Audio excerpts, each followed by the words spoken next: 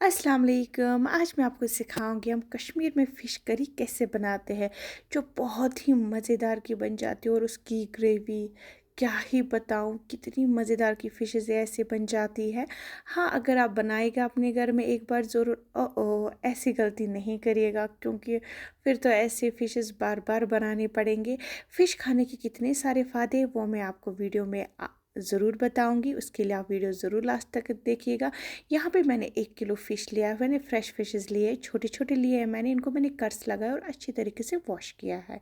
उसके बाद हम इसमें डालेंगे 1 चम्मच नमक, और हम इसमें डालेंगे 1 चम्मच हल्दी। बस इसको हम अच्छे से मिक्स करेंगे। अच्छे से मिक्स करने के बाद हम इसको कुछ देर तक मैरिनेट के लिए रखेंगे। खाली आप आधा घंटा रख सकते हो। हाँ, अगर आपके पास ज़्यादा टाइम है आप ज़्यादा देर तक भी रख सकते हो। आधे घंटे के बाद हम एक पैन लेंगे जिसमें हमने कुकिंग ऑयल ऐड कर लिया। यूं ही हमारा ऑयल अच्छे से गर्म हो जाएगा, आपको लगेगा कि हमारे हाथ में हीट आ रही है। उसके बाद हम इसमें फ़िश ऐड कर लेंगे। बस हमें अब फ़िशों को अच्छी तरीके से फ्राई करना है। मैंने आपको बताया है कि जो फ़िश है ना, ये हेल्दी डाइट है। इसमें बहुत ही ज़्यादा न्यूट्रिएंट्स होते हैं, और ये हमारे हार्ट के लिए बहुत ही ज़्यादा अच्छी है फ़िश। और तो और इसमें बहुत ही ज़्यादा प्रोटीन होता है, विटामिन होता है, विटामिन ए होता है, विटामिन डी होता है, विटामिन B2 होता है। ऑल ओवर मैं आपको बताऊंगी, ये जो फ़िश है ना, ये हमारे लिए बहुत ही ज़्यादा मुफीद है, बहुत ज़्यादा। अगर हम रोज़ रोज़ फ़िशेस खाएंगे ना, तो मुझे लगता है हम कुछ साल एक्स्ट्रा ही निकालेंगे। बस हमें फ़िश को अच्छी तरीके से फ्राई करना है। दोनों साइड से इनको हमें गोल्डन ब्राउन तक हम इनको फ्राई करेंगे। फ़िशेस को हम दोनों साइड से अच्छी तरीके से फ्राई करेंगे, आप देख सकते हो। अब जो बाकी फ़िशेस रह गए, इनको भी हम अच्छी तरीके से फ्राई करेंगे दोनों साइड से। ये देखिए, हमने सब फिशों को अच्छी तरीके से फ्राई किया है, आप देख सकते हो।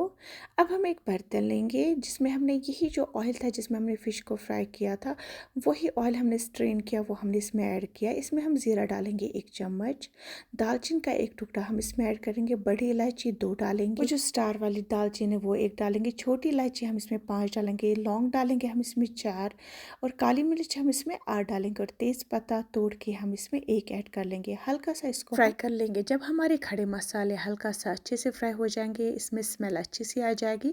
इसमें हम 2 बड़े प्याज हमने लिए थे, जिसको हमने मिक्सर में अच्छे से ग्रेट किया था, वो हमने इसमें ऐड कर लिया। फिर हम इस प्याज को भी अच्छे से फ्राई कर लेंगे। हल्का सा फ्राई करने के बाद हम इसमें डालेंगे लहसुन बड़ा 1 चम्मच, आप देख सकते हो। फिर हम इसको और अच्छे से फ्राई कर लेंगे। जब तक हमारे प्याज अच्छी तरीके से फ्राई नहीं हो जाएंगे तब तक हम इनको फ्राई कर लेंगे।